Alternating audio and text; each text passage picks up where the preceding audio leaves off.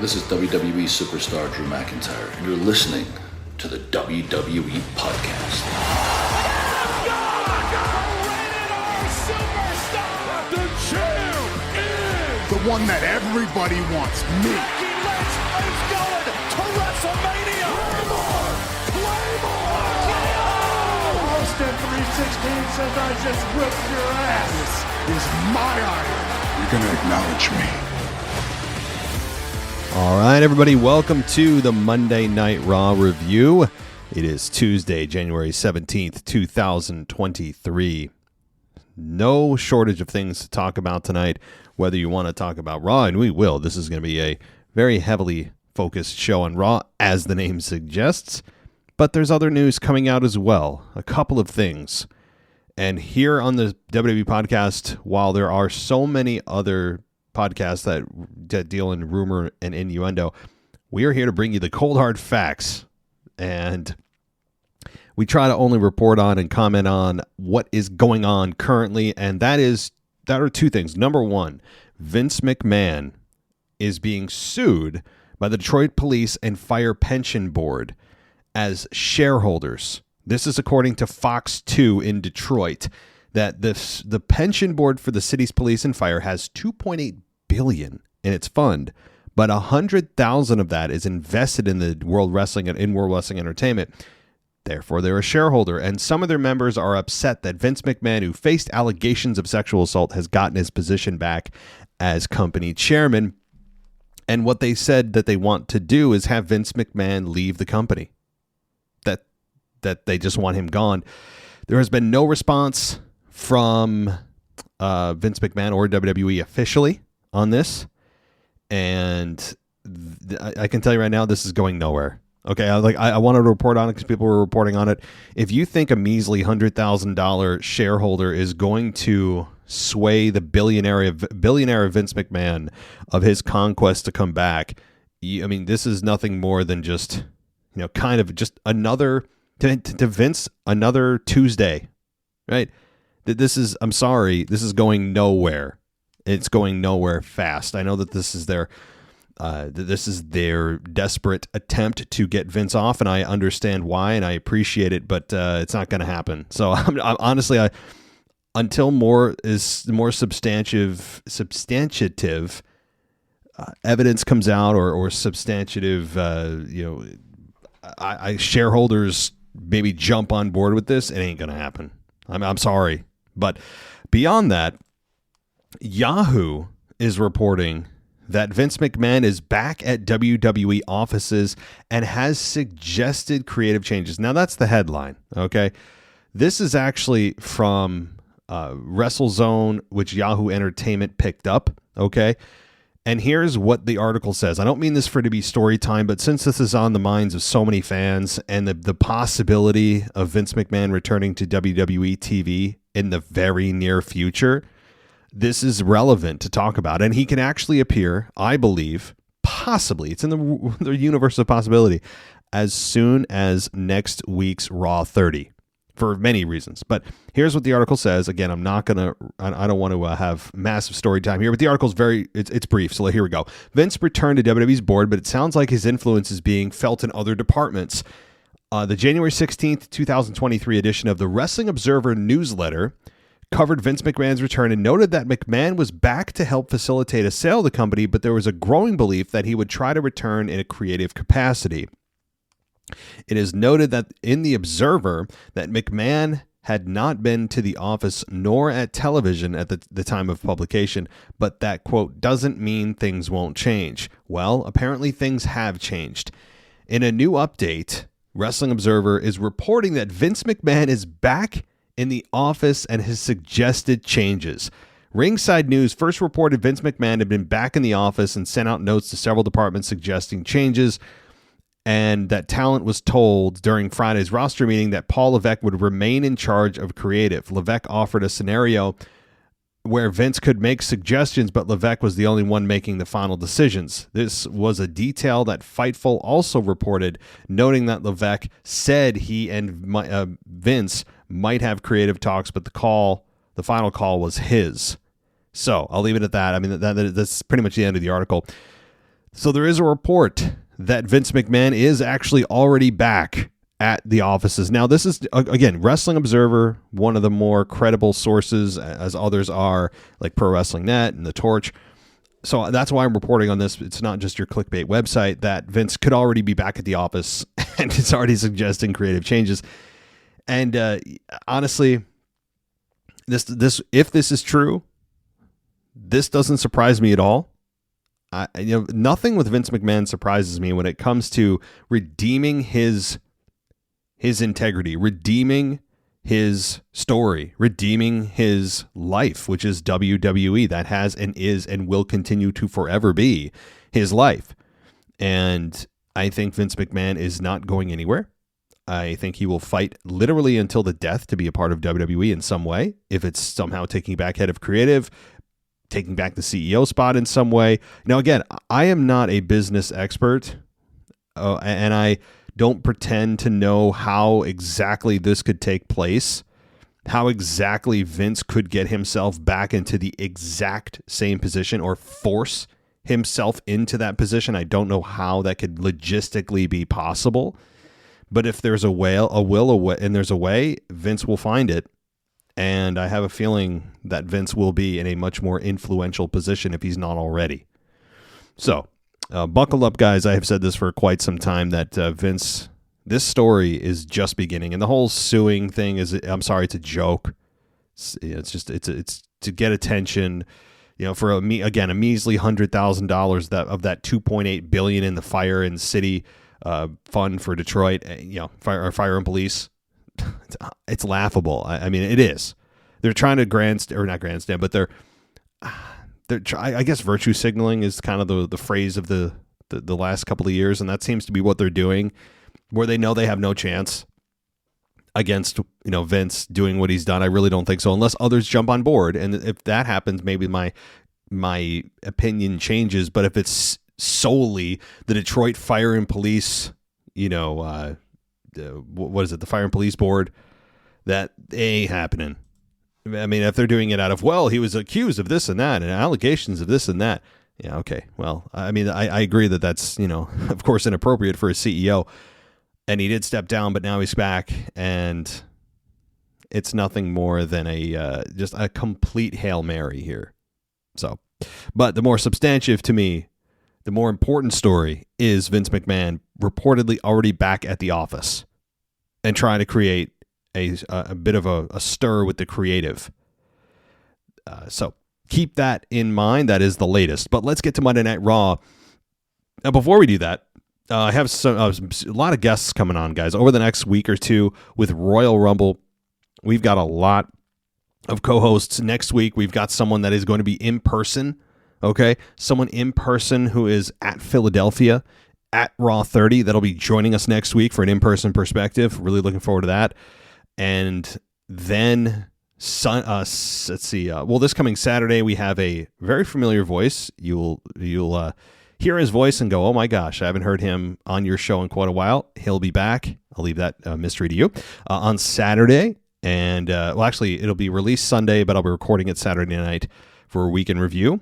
And then, as I said, a correspondent for Tuesday night's Raw review. And then starts the fun, because we have Ashley Mann on for the Royal Rumble preview show next week. And then we have a in-person Rocky T review of the Royal Rumble that'll be coming to you the day after the Rumble on Sunday. And so it's going to be, there's a lot of me not just talking to myself. So if you're looking for another voice to balance me out, it's coming, and a lot of it. All right. So one other thing beyond the host schedule that's coming up, there's a lot of great hosts, as I said, is that as a reminder for you guys, the price for Apple Podcasts for our ad-free is going to be going up on Saturday to $2.99 a month. It's currently it's been on a long-term sale for quite a while. 99 cents a month is right now, and it's $10 for the entire year. So if you want to get an ad-free experience, right now is the time, because you can lock in your price. If you don't lock it in, starting Saturday, our price goes to $2.99 from 99 cents. So definitely now is the chance. And for all of those who are, again, subscribers on Apple Podcasts that have subscribed to the ad-free feed, no worries, your price is not changing. So that is something that I would consider if you were like, oh man, Apple Podcasts. I don't want to, I don't want another subscription, but I'm trying to save you guys some money if you're thinking about it. Of course, it's your choice, but now would be the time to do it instead of paying $2.99 versus 99 cents a month. Your call. But hey, all right, let's move on to actual Monday Night Raw as we get through the introductory stuff here. Overall, it felt like a show that it was good. I don't think it beat SmackDown this week, but I don't think SmackDown has really lost to Raw in terms of watchability and star power and just overall ease to the eyes and the mind. In quite a while, Raw is just always, more often than not, a chore to get through. And there were some awkward moments, some fun moments, some good wrestling, and a lot of promotion for Raw 30. Okay, a lot of promotion for Raw 30, and as there should be. But I have to say, if I'm sitting in Cincinnati and I hear next week that there's like 2 big matches coming up, or the steel cage match between Becky and Bayley, I'll start there really at the top of the show too. I want to start talking about this awkward ass promo with these two. But I also would be really angry if I'm sitting there going, oh, wait a minute. So not only are we getting 2 big matches, but also we're getting a legend return night of Kurt Angle, Teddy Long, I think Jerry the King Lawler is on there, headlined by Undertaker, Shawn Michaels, and others. Okay, Stone Cold notably is not on there, and he is like one of the biggest faces of Raw. He was on Raw 25, but I noticed the absence of Stone Cold, and I like it. Why do I like it? Because if he's going to return, why would he do it and kind of take the juice out of a bigger return for a potential match at WrestleMania? So to me, for my taste and the way I like to see things booked, I'm glad Stone Cold's not there next week because it points to me for a bigger purpose for his return towards WrestleMania season. So anyway, if I was in Cincinnati, I'd be kind of disappointed that I didn't live in Philadelphia, or that, this show wasn't taking place in my city, because as everyone knows, when you go to a live event, you expect the world. And when you see something else advertised for a future show, you're like, come on, man. Oh, really?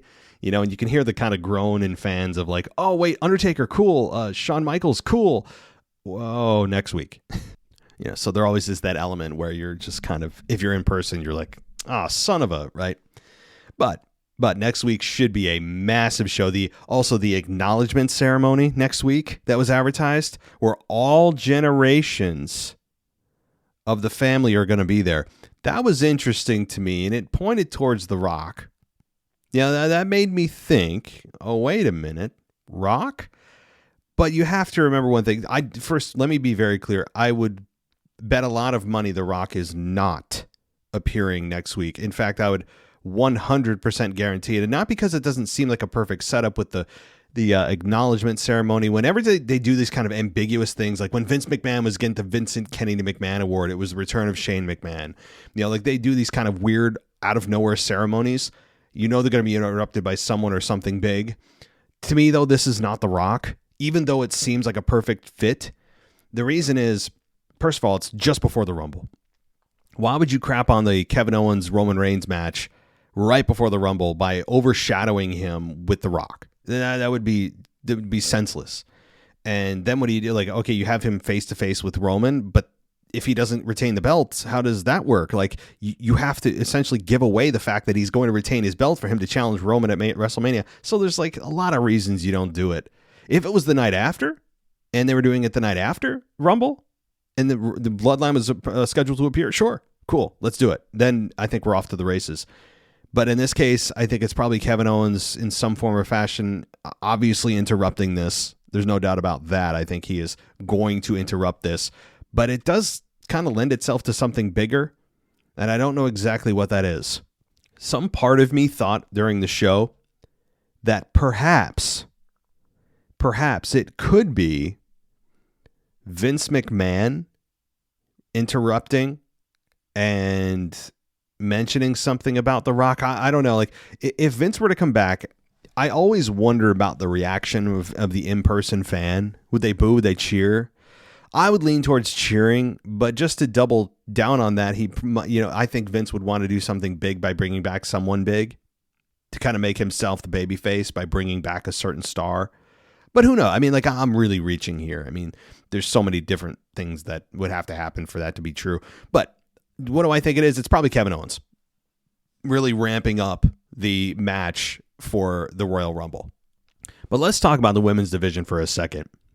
And we'll talk about the women's division right at the top here. We're going to talk first, as I mentioned, about Becky Lynch and Bayley, and then we are going to talk about Alexa Bliss and Bianca Belair. So let's start off with the segment here with Becky Lynch and Bianca Belair. And this was weird. Okay, this was Becky Lynch coming out, and then Bayley coming out, and Becky trying to like say that, basically just be very transparently a babyface. All of a sudden, she's got long orange hair again. She's the man again. The man has come around. All this. She's essentially just transformed back into, pre-WrestleMania 35, and I don't hate it. It's the gimmick that got her to be the most over man or woman in pro wrestling for a time. And I get why would you try to fix something that's not broke, but it just feels a little bit too heavy-handed where she's trying to be buddy-buddy with the fans and, I'd like to sit and chat with you. No, what are you talking about, chat with us? Okay, even if you had nothing on your plate, you think you're going to sit there and put a live mic in front of fans? Of course not. Stop with that. I don't know. She's trying to be all buddy-buddy like nothing happened and that she didn't insult us for a full year. And talking about Cincinnati and the Bengals and their NFL playoff win and all that.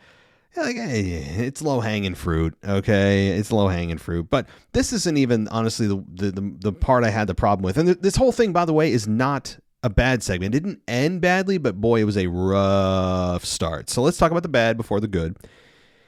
This promo with Becky and Bayley, it felt like, at the beginning, I was watching a couple of high school girls try to insult each other. Like, they felt like they were trying to create something out of nothing. I know that they're the four horsewomen, the history and blah, blah, blah, and they're two big stars, but it feels like they're just oil and water right now. Like, they just don't mix. That's how it felt for the beginning of this. I'm like, are you guys just trying to manufacture a problem with each other? It was weird. And then especially the part with Becky calling Bayley a Karen. Like, she was going pretty heavy on that too. And Bayley, I guess, didn't understand the joke, didn't want to, or whatever. Now, this is, like, this actually is, when you think about it, it's a racial slur, okay? It's a racial slur against white women, white middle-aged women specifically. And, like, people don't look at it that way. They just kind of look at it as kind of like a funny thing. But, like, it kind of is a racial slur. It fits the definition of a racial slur. Oh, it does. Like, I know racial slurs, when you hear them, you typically think of racial slurs only applying to minorities, but like, no, they can apply to any race, and it's kind of a racial slur, but that's not how the public generally views it on the surface. But when you dig into it, you're like, oh, that kind of fits exactly the definition of one.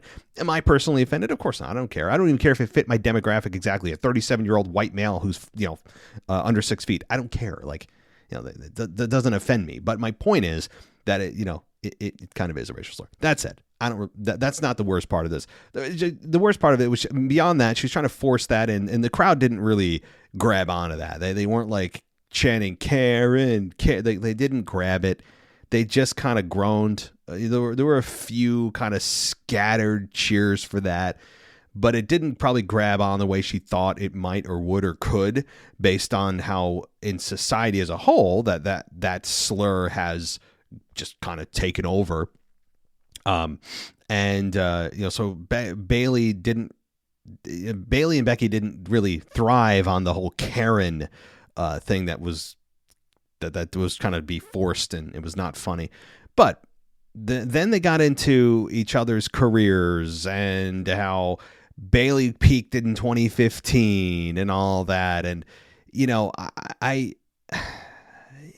it felt very forced. It felt very forced. They ended the promo strong, like they did end up trying to, mend this whole mess that was this promo, and really the whole program. Honestly, the whole program with these two has not felt good, and that's so strange to say. But it ended with Becky challenging Bayley after Becky told Bayley she needs her backup, and then goading her into a match for next week, and then goading her into a steel cage match for next week. And Becky said, okay, great, then it's official. And I'm like, well, wait a minute. Isn't that Adam Pearce's thing? What kind of management is running WWE Raw from like a storyline perspective, right? Like how many times do we have, just matches be made on TV without Adam Pearce saying it's official? But yet every time someone comes to the back to confront Adam Pearce to create a match, he has to make it official. Well, which is it? Do you have to reach a certain stature? Do you have to reach a certain level in the company? I was like, I don't know. It's not a complaint. It's just it's a pro wrestling inconsistency, but all right. So that, that's next week, the steel cage match with Becky and Bayley. And let's just move on. Honestly, like, I'm sure they'll put on a good match. They're both very talented. For this version of this program, this version of this feud, it's not working. And it feels forced. And let's just get to the wrestling. Let them put on a really good match and move on. Like, can we move on, please? I know that it hasn't been that long. Usually we're complaining programs last too long. This one I want just over as quickly as possible, because for whatever reason they aren't gelling. And let's get to both of their respective programs that they're going to get into for WrestleMania. What I'm looking forward to, honestly, is that, number one, they're getting this feud out of the way next week. So that tells you they're not going to do it at the Rumble, which is good. They're doing that with the several matches, by the way. Like, just getting them out of the way this coming week so it's not a part of the Rumble. But what I'm looking forward to in the Rumble is Becky and Ronda having a possible confrontation with each other in the Rumble. That's going to be fun. I think that will kickstart their program to WrestleMania. That I'm looking forward to. All right. So what else happened here? I want to talk about, let's see. Oh, the other side of the women's division, as I promised. Alexa Bliss and Bianca Belair. So with this segment here, I'm looking forward to their program. I think Bianca Belair is losing some steam from when it comes to crowd support. She's had this kind of Achilles heel, and everyone has it to some degree, some more than others. It's a roller coaster ride with the fans. But Bianca has had kind of this teetering on heel problem, if you want to call it that, for quite some time now. And she's been a babyface for the better part of 2 years now, and done a great job as a whole. She's done a really good job connecting with fans, being a stand-up champion, probably the single best women's athlete that WWE has, and I would stand by that. Maybe it may be time for her to turn heel. Okay, and I've been pushing for that at WrestleMania for quite some time now, because I think her gimmick is heel, as I've said. It's a gimmick heel masked in charm. It's all it is. And she's done a great job, and creative's done a great job of masking that and deodorizing that and making it charming and respectable when it's at its core extremely egotistical. So it's kind of a brilliant little scheme they've been running for a while. But Bianca Belair calls out Alexa Bliss. Alexa Bliss, comes out, and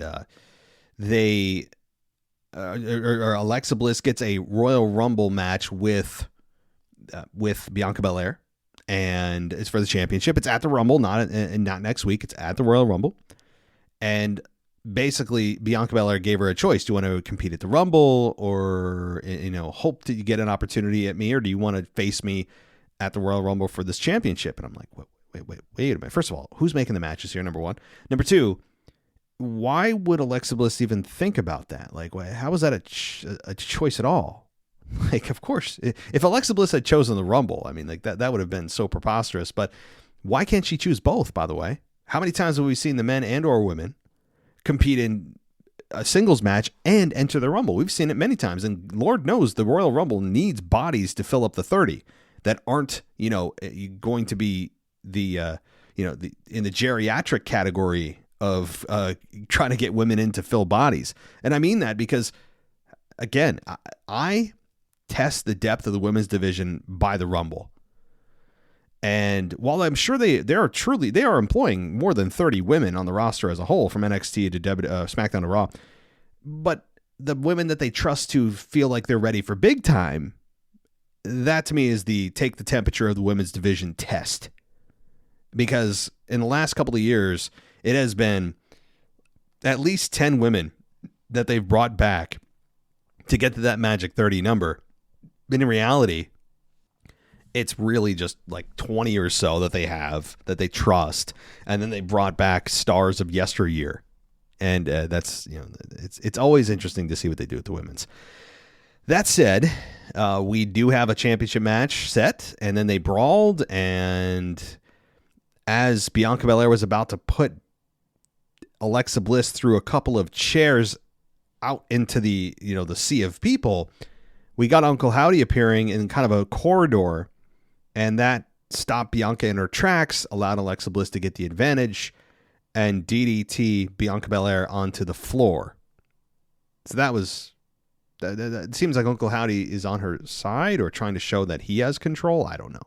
I still don't. They didn't really progress it much further other than it looks like this person who's Uncle Howdy is trying to help Alexa, but we will see. All right. What else happened on Raw?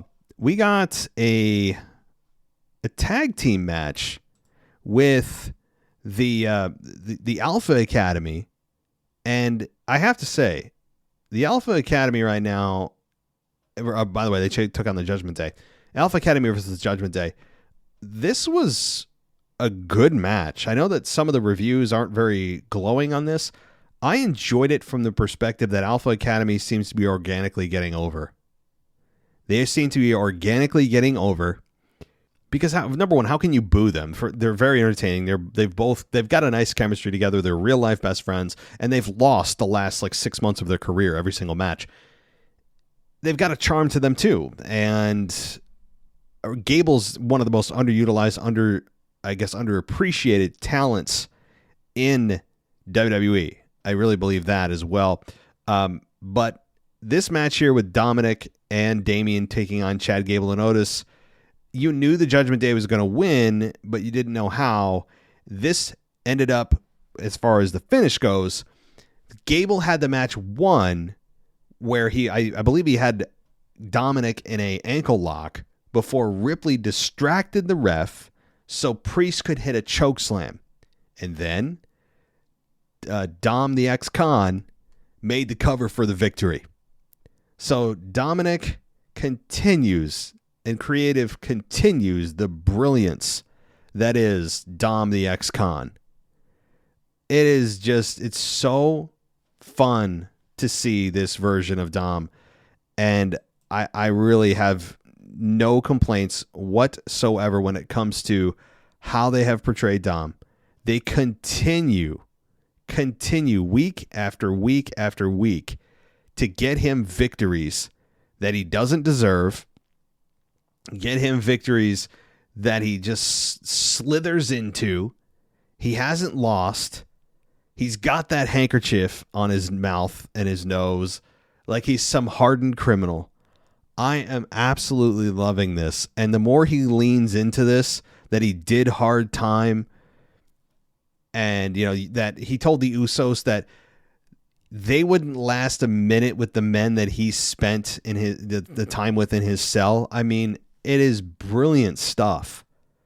It's laughable. It makes you laugh, but at the same time, it doesn't turn him babyface for me like so many cool, quote unquote, cool heels have done over the years, where they're like so cool, even though they're heel, that it turns them babyface. This is like, it connects so well, but it's so frustrating to see this little worm try to make himself into a badass that he clearly isn't. And he looks the part as well with the slick back hair and this little punk that you would want to just beat the crap out of in high school. Like, he's got this just innate something about him that makes you want to, put your fist in his face. And it's great.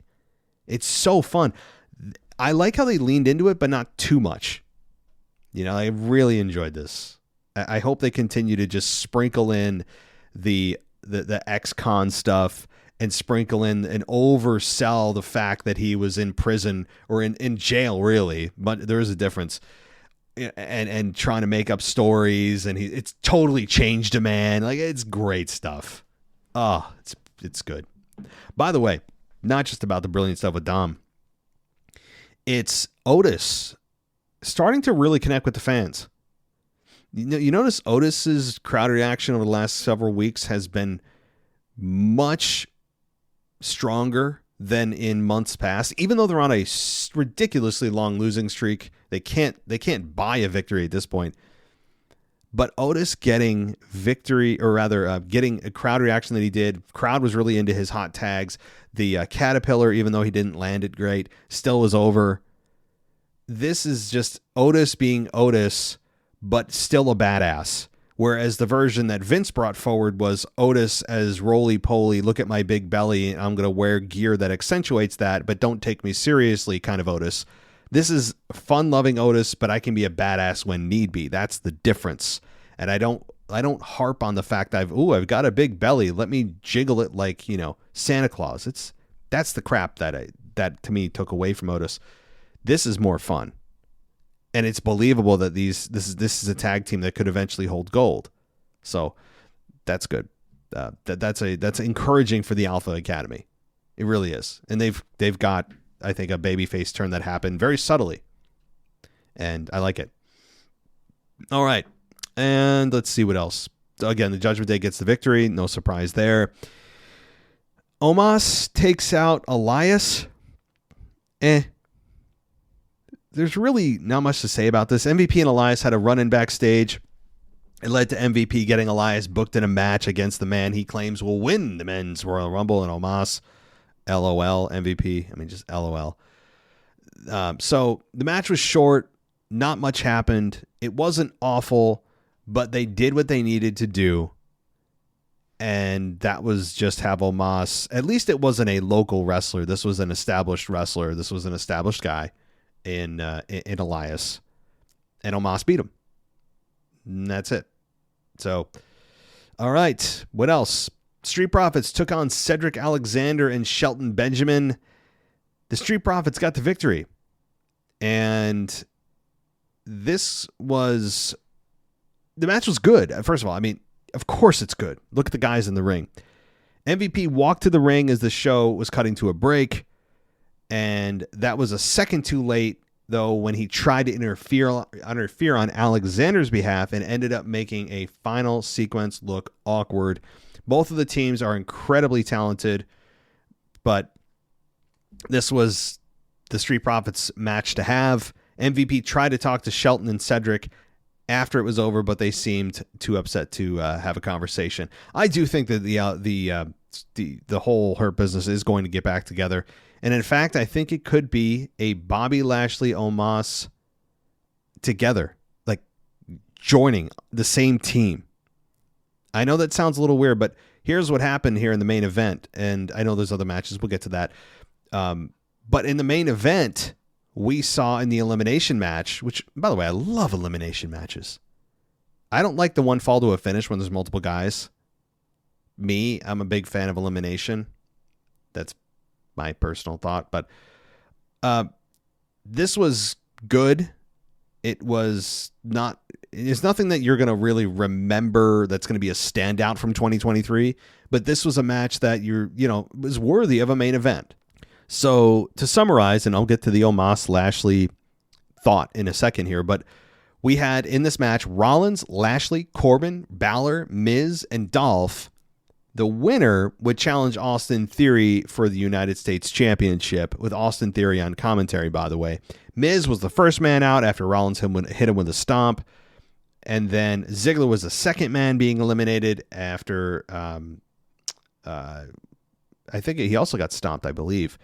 That left Rollins and Lashley, who were the final two men after Balor and Corbin also got eliminated.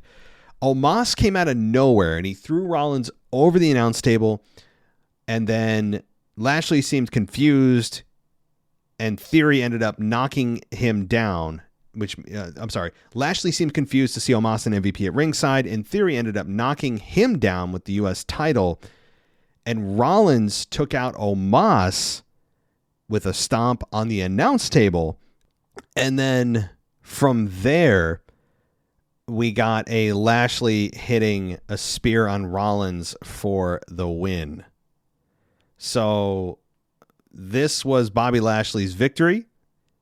And Lashley gets another crack at the United States Championship. And I think there's a chance he could win here with the reuniting of the Hurt Business. But moreover, Omos here was, to me, interesting that he just stared down Bobby. And we've seen these two fight, a couple of times now.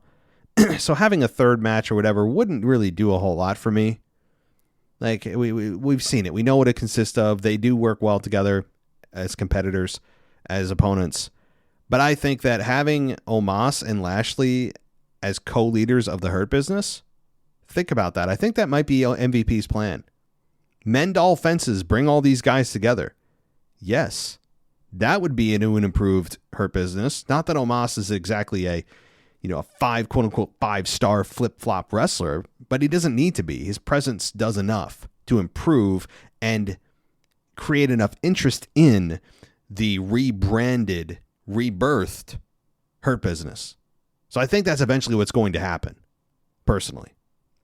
Now, Seth Rollins, interestingly enough, had a really nice showing in this match. I say it's interesting because of his promo before the match. In his promo before the match, he told the interviewer, I don't know who it was, it might have, I don't know who it was, honestly, Byron Saxton or Kayla Braxton, I'm not sure. Isn't Kayla only on SmackDown? I don't know. I should know these things. But Rollins said that he is the only man who knows how to beat Roman, or that he's going to beat, after he wins the Rumble, he's going to beat Roman Reigns like only he can and knows how to do. But he's also going to become United States champion. So he's trying to really kill two birds with one stone and say, just because I become US champion doesn't mean I can't enter the Rumble and also take out Roman Reigns. So, first of all, he didn't win the U.S. title, so that tells you he is now solely focused on the Royal Rumble, and that's fun to me. Because I'm glad Lashley wins this because he can focus on Austin Theory. I'm glad that, again, Seth isn't, because I think he should move out of the U.S. title picture and into the position he should be in, which is a world title conversation. Seth Rollins has been out of a world title conversation for far too long. And yeah, he had a quick little spat with the U.S. title. And that was fun for a couple of seconds, it felt like. But Seth belongs in a world title picture. Now, it's really no fault of his own that hasn't happened, given that Roman Reigns and Creative had decided to take both belts and put it on Roman and have Roman on Raw every 3 months and on SmackDown every 3 weeks. Okay, so it's not exactly Seth Rollins' fault, no matter how good of a job he's doing on Raw, that he hasn't been involved in a conversation that entails a world title. So that to me was interesting. Now we can solely focus on it, and there's a case to be made for Rollins to maybe win. There is a case there. I think he's in the top 5 conversation. I really do. Given the history of these two, the unfinished business from Survivor Series 2021 with the beatdown of Rollins that was never followed up on, there's a lot of history there. And I would be all for Seth Rollins ending the streak of Roman Reigns. Now, also interestingly, a lot of interesting stuff, it was very clear this week that the Judgment Day are challenging the Usos next week for the Raw tag team titles. Now, far be it from me to question WWE Creative. Okay, I should not be questioning their creative. They are all-knowing. But if you unify something, that means bringing it together as one. Now, I understand the belts themselves represent they are physically separate belts, but they still represent one championship. A championship does not have to be represented by a championship belt. You could be a champion with no physical object to show you're champion. Now, they'll never do that. It's not fun. It's boring to do. It doesn't make sense in pro wrestling. But a championship is only represented by a championship belt. That's how we've decided to show you're a champion. I'm digging way too deep, I know. Sorry. My point is that perhaps they didn't create 2 belts for the tag team championships because they knew this was coming. That they knew at some point they're going to just say, hey, no, we're going to have separate champions. Maybe that's why they're also doing with the Universal and WWE. The whole conversation to be had there. Go check out Anthony and myself last night, Anthony DeMarco and myself, discussing this whole possibility of the WrestleMania 39 main event. Very just down a rabbit hole conversation about the WrestleMania 39 main event. Check it out, guys. It's on we released it yesterday. But for me, it's a sign when you don't unify the belts in a physical way, a visual way, that you have plans to not exactly long-term keep them as one belt. So that's encouraging for us that have been hoping, if you're a tag team a wrestling fan and you want more than one championship, that we could have another champion very soon. And it's also encouraging if you're on the side of the argument of getting one belt off of Roman, because now there are 2 physical belts. It's just a matter of calling it WWE Championship versus Universal now. Okay, that all said, this tells me that there's a very real possibility that next week the Judgment Day could win. Very real. Not saying it's likely. I'm just saying that given the fact that they, without anybody asking any questions, suddenly they're only competing for half of the championship. It's interesting. And I know that for the WWE and Universal, said that I'd give them a pass on the sloppy creative. I can't give them a pass on this because it's not it's just sloppy work. I'm part of creative. How does this happen? You unified the belts. What are you doing? But whatever. Let's move on, because this tells me, though, that the Usos could drop one of those championships to Raw and have the Judgment Day be champions. And honestly, I wouldn't hate it, because number one, it would put another championship on Raw. It's not the one we want on Raw, but it's a start. And it would start the beginning of the end of the Bloodline as far as champions. Okay? So piece by piece, they start to break down. And this could be the very first piece of that puzzle, with half the tag team championships going away. They could still continue the streak of being the longest running tag team champions in history, because they would still hold the SmackDown tag team titles. So you kind of kill 2 birds with 1 stone, put championship gold on a heel group on Raw, and then you could have, I don't know, Alpha Academy challenge them, in some kind of match down the line, and eventually, have them drop it to a tag team that's the babyface, right? Tag team. So it was interesting, though, and it's official. It's the Raw tag team titles with no explanation as to how they just magically ununified the belts. All right. What else did we get? We got, what else? Bronson Reed versus Akira Tozawa. Bronson Reed wins in a very quick, kind of matter-of-fact squash match. Obviously, there's no chance here. Bronson Reed's got a hell of a presence to him, and I like it. I like what Bronson Reed brings to the table. This match wasn't supposed to be a 5-star classic. That's not the purpose or the point of the match. It was to establish Bronson Reed as a monster, and it's the step in the right direction. Does every big man have to follow the formula of squash matches before they come up? No. But it's a tried and true formula, and I'm okay with it. So he won, by the way, with a huge splash on Akira Tozawa. So Bronson Reed's going to be a big player. I think in 2023 he could potentially challenge for a mid-tier belt. I don't think he'll win any championships in 2023, but maybe towards the end of the year. That's all. I'll leave it at that. All right. Io Sky versus Mia Yim, and the match was okay. We got Mia Yim picking up the victory over Io Sky, and here's a quick description of the end of the match, just so you can get an idea. Candice LeRae took down, took Kai down. That allowed Sky to take her out with a baseball slide. Mia Yim took advantage and ended up scoring the victory, but Kai immediately jumped on top of her, and the Poison Pixie helped Mia Yim clear the ring of damage control to end this segment, but Mia Yim gets the victory. So, kind of a lot going on there, but Mia Yim, I think she's on a bit of a winning streak here. She continues to establish herself, and the lackeys for Bayley continue to fall. And Io Sky and Dakota Kai hilariously are the women's tag team champions that once again mean about as much as if I bought the belts off of WWE Shop. And that's not an understatement.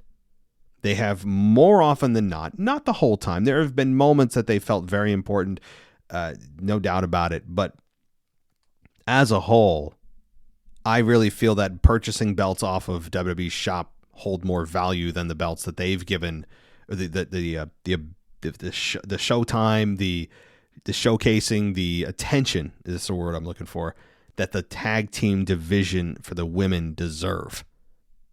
And there, I'll leave it at that. Get off my soapbox. All right. So let's see if I did. Mustafa Ali versus Solo Sikoa. Okay. This, I know I'm going backwards here. I'm ending the Raw review with the open of Raw. The way my mind works, guys. You're all victims to it.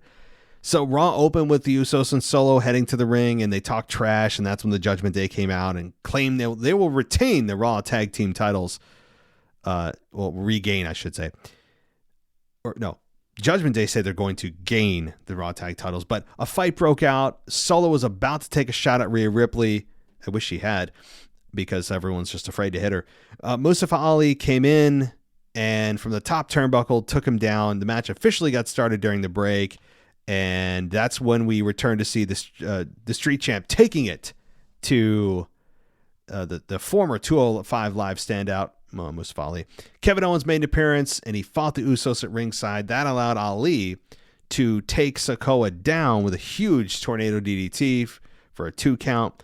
And then after avoiding the 450 splash, Sikoa hit the Samoan spike. KO came in, immediately hit Sikoa with a stunner. And Solo Sikoa gets the victory. But Kevin Owens continues to fight. Owens fight. Continues. Didn't have any promo time here, but did show up with a stunner and some fists flying. And that was fun. And the stunner is always fun to watch. Of course, it's the best when it's delivered by the OG, but I'll take it for now. And seeing Solo Sikoa get stunned. There is something going on with Solo Sikoa and KO. I don't know if it's going to lead to a singles match with these two, but they seem to be really honing in on one another specifically. And I've heard suggestions that it's going to a Solo Sikoa versus KO WrestleMania match. I hope not, honestly. KO deserves more at WrestleMania. That's no disrespect to Sikoa, but he's been here for a cup of coffee. Like, KO deserves to team with Sammy and take the tag belts, the official SmackDown tag belts, off of the Usos and end their reign. That's what I want to happen, personally. So, those that are suggesting Solo Sikoa and KO, to me, not WrestleMania worthy. To me, that's like an Elimination Chamber or WrestleMania Backlash, something like that. But Solo Sikoa continues to just be a brilliant kind of stoic heavy for the Bloodline. It's fun to watch. But yeah, so that I think wraps up Monday Night Raw. Overall, I thought it was a good show. Not great, but good, watchable. And it also, as I open it with the show, leads you to really look forward to next week with Raw 30. And then, 5 days later, it's the Royal Rumble itself. That's going to be a ton of fun with so many potential returns at the Rumble entrance in terms of Brock Lesnar and moments with him and Omos. I think I even talked about that last year. Brock Lesnar and Braun Strowman. We've seen that, though, before. Brock Lesnar and, how about this? Brock Lesnar and the leader of Imperium, Gunther. Think about that little quick, fun moment, right? There's so many little opportunities to just tease or let us know what could be coming up in the near future or in the distant future. Everything doesn't need to be paid off at WrestleMania. You could build after that, because the company and creative will exist past WrestleMania. WrestleMania isn't the end. It's sometimes, a lot of times, just the beginning of programs. So, but also, the one other thing. How did I not mention this? The Beyond the Steel Cage match with Becky and Bayley happening next week, and the Raw Tag Team title match between the Usos and Judgment Day, which could likely end in the Usos dropping one of those that championship specifically, is the announcement that Cody Rhodes is officially a part of the Royal Rumble in his little promo that he did, the conclusion of his kind of mini docu-series that has kind of been a part of Raw over the last several weeks. It's to me, it's the least surprising surprise of all time. I mean, as I've said, the moment he tore his pec, people were saying, timing is going to be perfect for the Rumble and he'll win the Rumble. I mean, literally, he was probably under the knife when people were saying this. It's been going on for like 7 months. And then they were like, okay, this is, of course. Like, duh. You're at the Rumble. Who was surprised by this? I mean, like, who is actually genuinely shocked that Cody Rhodes is a part of the Rumble? Nobody. This is not shocking to anyone that has heard anything. Honestly, if you've watched or listened to or gone through any of the wrestling websites over the last 7 months at all, even once, you probably came across this story. So it's the worst kept secret, the worst laid out surprise of all time. That said, it's not framed to be a surprise in the Rumble because, number one, I think they knew that the cat was out of the bag and that everyone knew immediately when Cody Rhodes got injured in May or June, whatever it was, that he was already slated to come to the Rumble and win the Rumble. Like, everyone knew it immediately. So for them to bring him back in the Rumble wouldn't have, I think, been the right thing to do, given that, we all knew, right? So they let it out of the bag very transparently this week. And now it leads you to believe, okay, well, if that's not a surprise entrant, who is? Is it The Rock? Brock Lesnar wouldn't be a huge surprise. He'd be like, okay, he's back. Is he going to attack Lashley for the 4th time? What's happening here? I don't know. We don't know. Is John Cena entering the Rumble? Hell, is Stone Cold Steve Austin entering the Rumble? We don't know. So to me, if they left that, if they showed their card with Cody at the Rumble, they have other surprises up their sleeve. What is up their sleeve that's bigger than Cody? Who is it? If it's The Rock, I'm going to be very disappointed if he enters the Rumble. I'll be honest with that. I've stated why many times. If The Rock enters the Rumble and wins it, I don't think that's the best thing to do. But there's a scenario of that, and there is a little bit of evidence pointing to that this week that they have a bigger surprise coming than Cody. If they're going to tell you Cody's there already, I don't know. Interesting though. And so a lot to look forward to, guys. So many variables. I have never seen a WrestleMania season start like this with the Rumble, with so many different things that could happen, should happen, might happen, could happen, would happen. I really don't know where to go. I mean, between Sammy and Bray Wyatt and potentially Brock Lesnar coming back, John Cena and maybe Austin Theory, Stone Cold possibly having a match against who knows, The Rock maybe entering the Rumble and facing Roman, or he won't face Roman in the Rumble and he'll face him confront him after the Rumble. Cody Rhodes, where does he land? Does he win the Rumble that everyone has said he's going to win for 7 months? I don't know. What about Kevin Owens? Where does that land him? Does he team with Sam? Guys, I don't mean to overwhelm you with these thoughts, but this is the type of thing that is just, I've never had so many possibilities going into a WrestleMania season. Never. And it's kind of a blessing and a curse, because it's great to have so many options and leave you wondering, and it's not predictable, which I don't hate predictability as much as most people do, because I'm always of the belief that if it's the right thing, it's predictability I will put aside as fine. I won't sacrifice the wrong thing for just being unpredictable.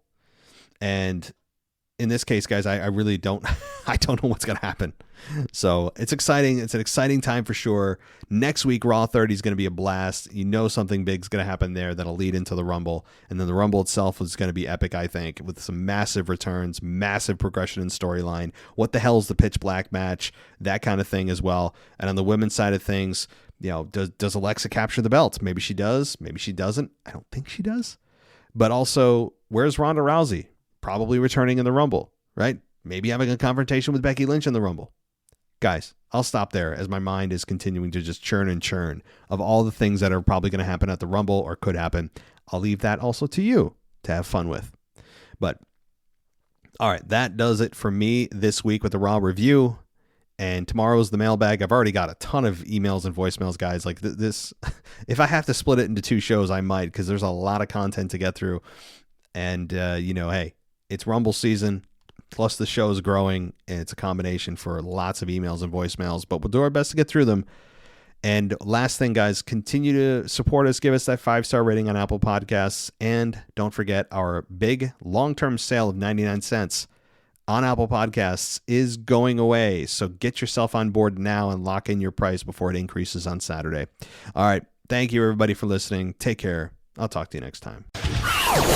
Thanks for listening to the WWE Podcast. Don't forget to subscribe on your favorite podcast app so you don't miss a show, or head to WWEpodcast.com. And for all of these shows ad-free, head over to patreon.com/WWE Podcast. Until then, we'll see you next time.